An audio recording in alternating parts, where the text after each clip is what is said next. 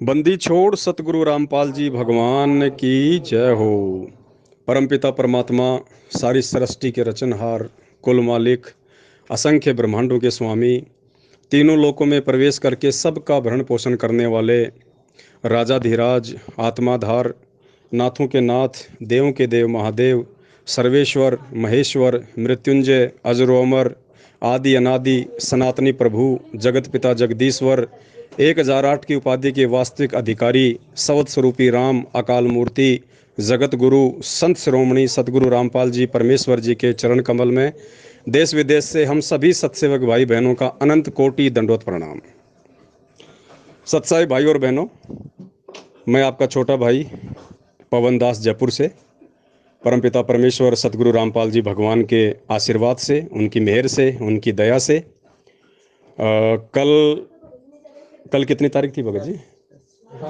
कल दिनांक 10 फरवरी 2022 को, हाँ सॉरी, हाँ 10 फरवरी 2023 को हिसार जेल से जमानत पे बाहर आ चुका हूँ। परमात्मा ने विशेष मेहर बख्शी। वैसे तो संभव नहीं था साल भर पहले आने का, लेकिन परमात्मा कहते हैं साधु भूखा भाव का, धन का भूखा नहीं, जो कोई धन का भूखा वो साधु भी नहीं। तो परमात्मा अपने बच्चों के भाव देखता है, उनकी कुर्बानी, उनकी बलिदानी, उनके अंतर्मन की साधना को देखता है। उस हिसाब से परमात्मा समय से पहले भी अपने बच्चों पे मेहर कर देता है। जैसे हम भोग की आरती में एक शब्द गाते हैं कि धर्मदास ने भोग लगाया, कौन सा शब्द है? धर्मदास ने यज्ञ रचाई, बिन दर्शन ना जियूं गुसाई, दर्शन देकर प्यास बुझाई, भाव लिया देख प्राणी का। तो परमात्मा अपने बच्चों के भाव देख लेते हैं। उस हिसाब से परमेश्वर ने बहुत बड़ी मेहर बख्शी, और ये होना ही था, क्योंकि परमात्मा पिछले 1 साल से दास को निमित्त बना के और सभी भाई बहनों को लगातार यही संदेशा दिलवा रहे थे कि भाई 2022 का जो अंतिम समय है वो परमात्मा की तरफ से हम सभी सत्सेवकों की परीक्षा का समय है। बहुत सारे भाई बहनों ने इस बात को बहुत ढीले तरीके से लिया कि ये तो ऐसे ही है, भोगता रहता है, मनमाने तरीके से जो है बोलता रहता है।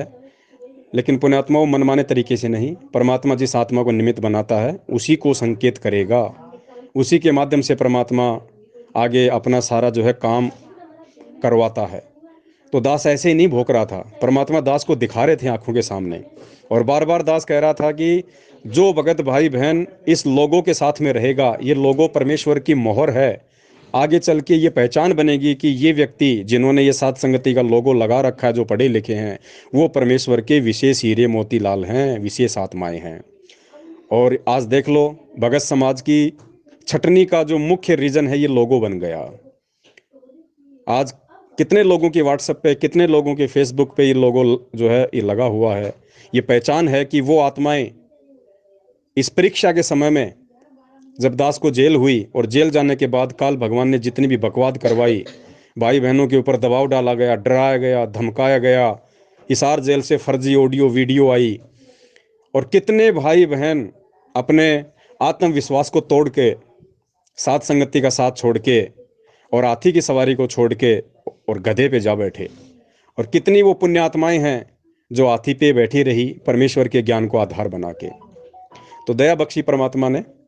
और ये 2022 का समय आप सभी ने देखा, हम सब के लिए परीक्षा का समय था।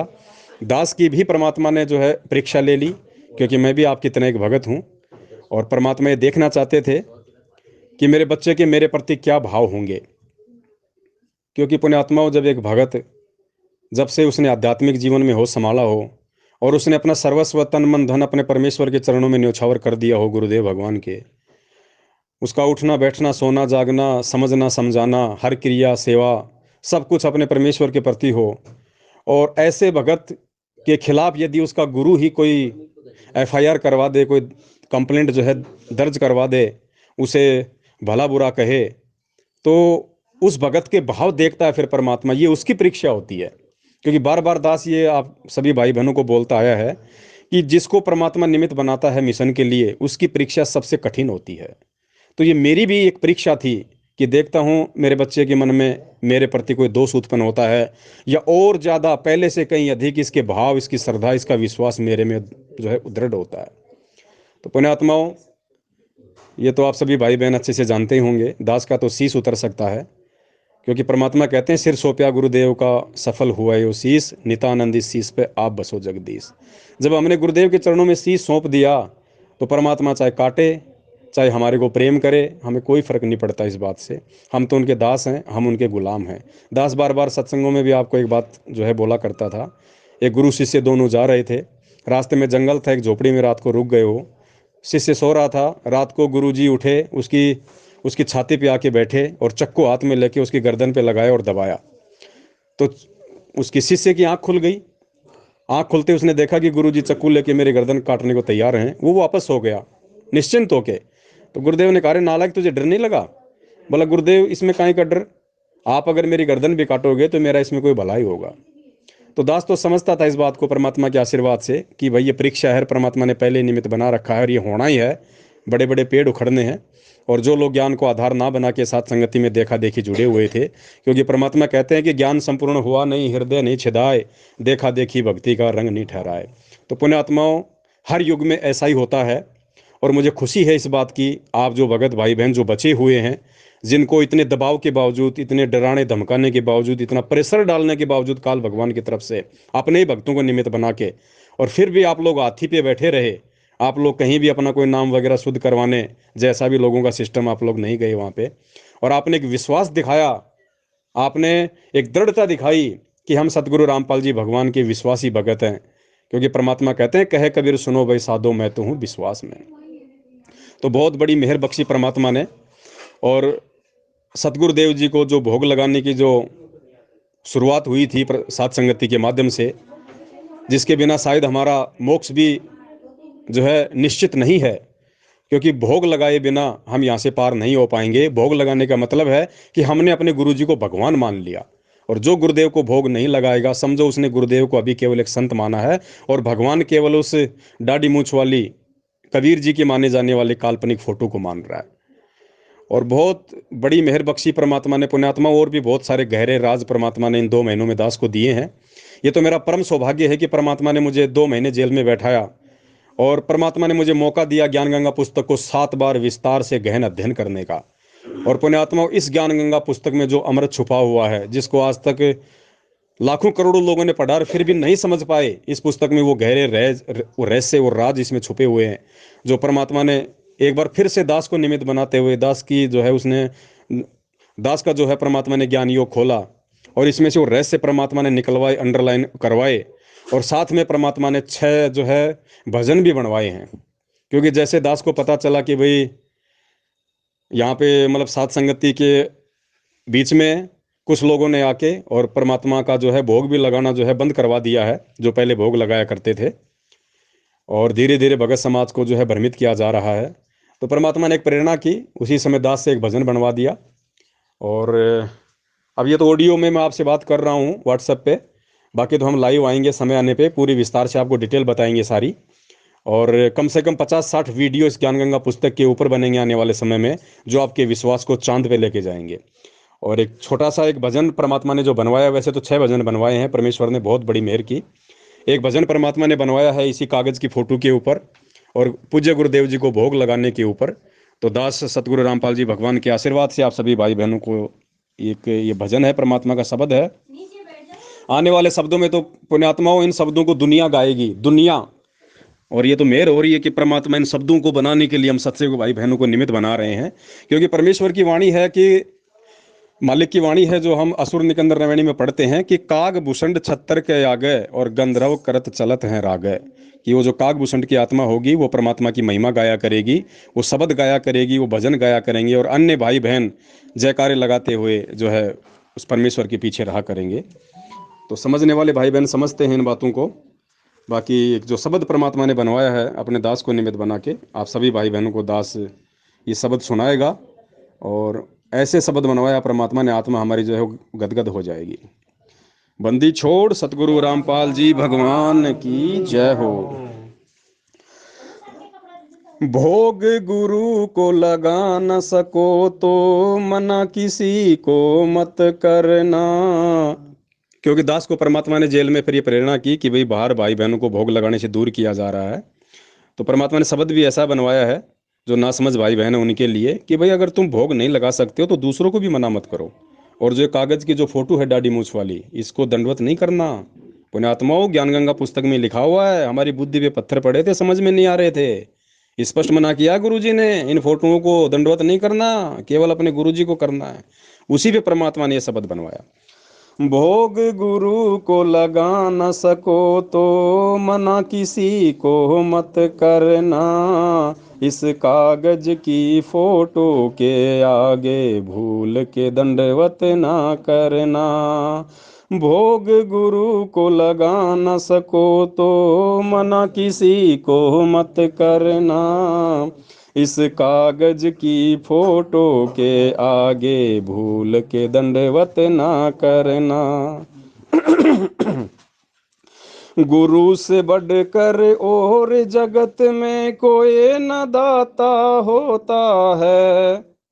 भवसागर से पार करण को खुद ही प्रकट होता है। गुरु से बढ़कर और जगत में कोई न दाता होता है। भवसागर से पार करण को खुद ही प्रकट होता है। इनकी महिमा जग से न्यारी, शरण इन्हीं की है रहना। इस कागज की फोटो के आगे भूल के दंडवत ना करना। भोग गुरु को लगा न सको तो मना किसी को मत करना। इस कागज की फोटो के आगे भूल के दंडवत ना करना। फिर क्या लिखा है परमात्मा ने? जोग जीत का रूप ये दूसरी कली है। जोग जीत का रूप बनाया जब तपत शिला पर आए थे। रूप काल को सौंप दिया था जब उसने वचन भराए थे। जोग जीत का रूप बनाया जब तपत शिला पर आए थे। रूप काल को सौंप दिया था जब उसने वचन भराए थे। इसी रूप में ठगी करेगा तुम पूजा इसकी मत करना। इस कागज की फोटो के आगे भूल के दंडवत ना करना। भोग गुरु को लगा न सको तो मना किसी को मत करना। इस कागज की फोटो के आगे भूल के दंडवत ना करना। आगे लिखा है परमात्मा ने, मात पिता करते जिन दंडवत वो आम पुरुष नहीं होता है। क्योंकि पुण्यात्माओं, पूरी सृष्टि में केवल संत रामपाल जी भगवान ही एक ऐसे महापुरुष हैं जिनके माता पिता उनको दंडवत प्रणाम करते हैं। तो ये परमेश्वर ही ये काम अपने माता पिता से करवा सकता, खुद किसी और की औकात नहीं है। तो कहते हैं, मात पिता करते जिन दंडवत वो आम पुरुष नहीं होता है। सतगुरु खुद जननी है जगत की उनका जन्म नहीं होता है। मात पिता करते जिन्हें दंडवत वो आम पुरुष नहीं होता है। सतगुरु खुद जननी है जगत की उनका जन्म नहीं होता है। इनको ना पहचान के प्राणी चारों खानी है सड़ता। इस कागज की फोटो के आगे भूल के दंडवत ना करना।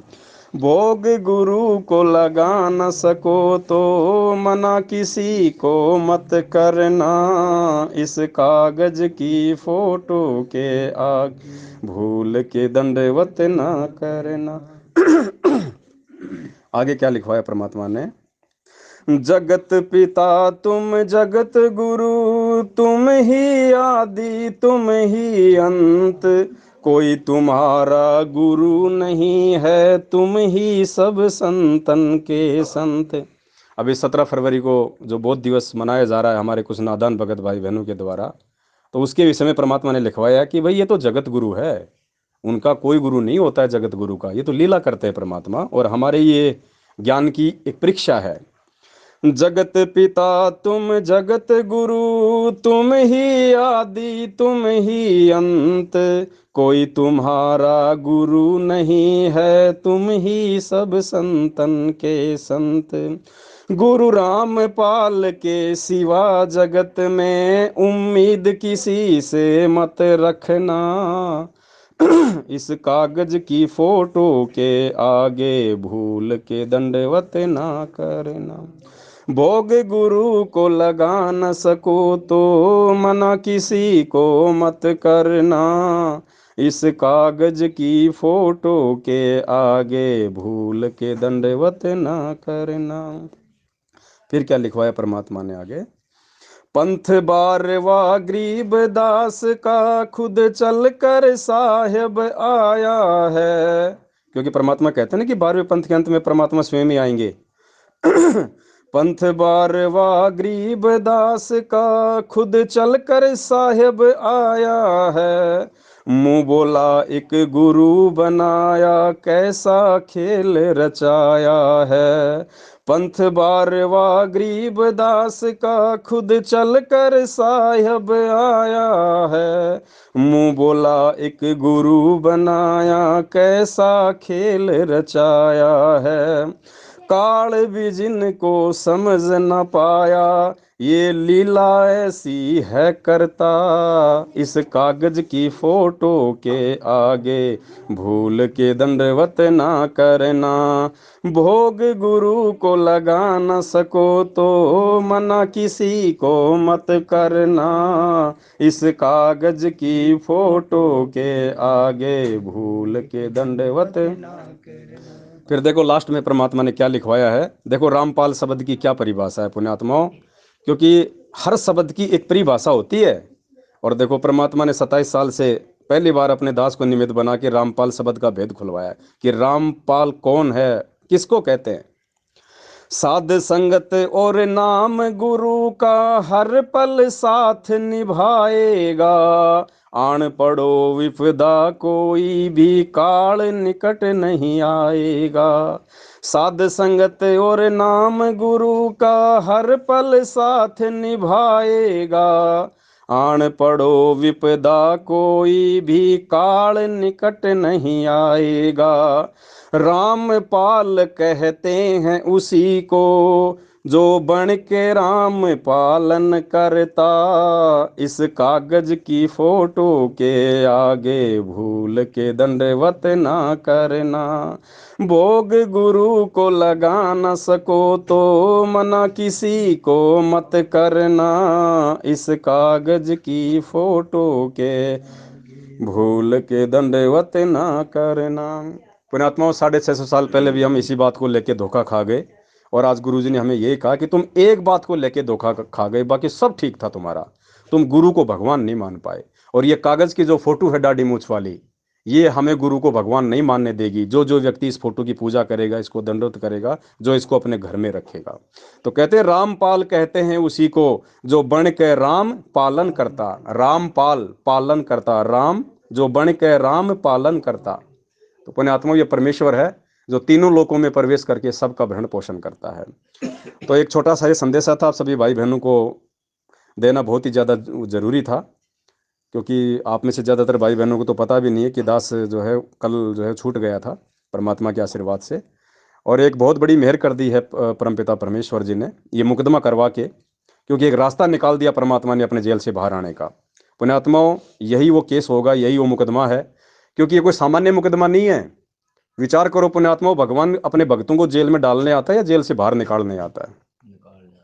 संत रामपाल जी भगवान ने जेल से दास के ऊपर FIR करवाई है अपने नादान परिवार और अपने नादान भक्तों को खुश करने के लिए, क्योंकि बाप समझदार बच्चे को ही जो है धमकाता है।